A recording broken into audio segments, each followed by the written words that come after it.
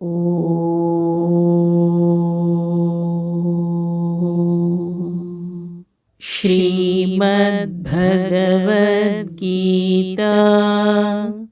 ದ್ವಿತೀಯೋಧ್ಯಾಯಃ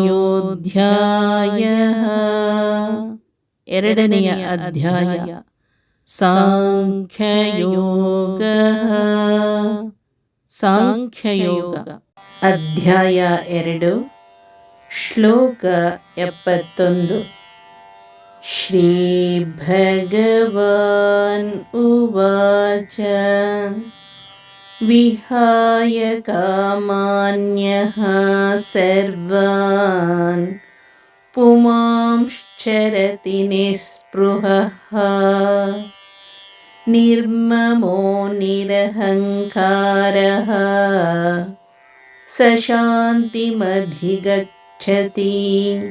ಶ್ರೀಕೃಷ್ಣ ಹೇಳಿದರು, ಯಾವ ಪುರುಷನು ಕಾಮಗಳನ್ನೆಲ್ಲ ಬಿಟ್ಟು ಆಶೆಯಿಲ್ಲದವನಾಗಿ, ಮಮತೆ ಇಲ್ಲದವನಾಗಿ, ಅಹಂಕಾರವಿಲ್ಲದವನಾಗಿ ತಿರುಗುತ್ತಿರುತ್ತಾನೋ ಅವನು ಶಾಂತಿಯನ್ನು ಹೊಂದುತ್ತಾನೆ.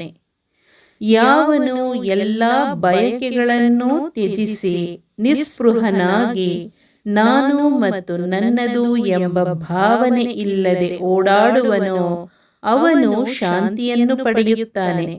ಯಾರು ಎಲ್ಲ ವಿಷಯಗಳನ್ನು ಮನಸೋಲದೆ ಕೆಟ್ಟ ಆಸೆಗೆ ಬಲಿ ಬೀಳದೆ ನಾನು ನನ್ನದು ಎಂಬ ಹಮ್ಮು ತೊರೆದು ಅನುಭವಿಸುತ್ತಾನೆ ಅವನು ಮುಕ್ತಿ ಪಡೆಯುತ್ತಾನೆ. ಯಾರು ಭೋಗದ ಬಯಕೆಯನ್ನು ಬಿಟ್ಟು ಬಂದದ್ದನ್ನು ಸಂತೋಷವಾಗಿ ಅನುಭವಿಸುತ್ತಾರೆ ಅವನು ನಿಜವಾದ ಸಾಧಕನೆನಿಸುತ್ತಾನೆ.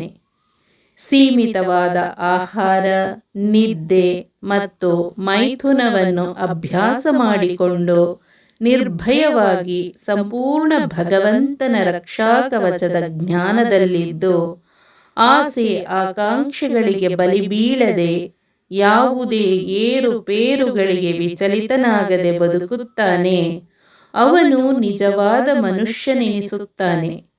ಇಂಥವನಿಗೆ ನಾನು ನನ್ನದು ಎನ್ನುವ ಅಹಂ ಎಂದೂ ಇರುವುದಿಲ್ಲ ಹಾಗೂ ಆತ ಮುಕ್ತಿಯನ್ನು ಪಡೆಯುತ್ತಾನೆ.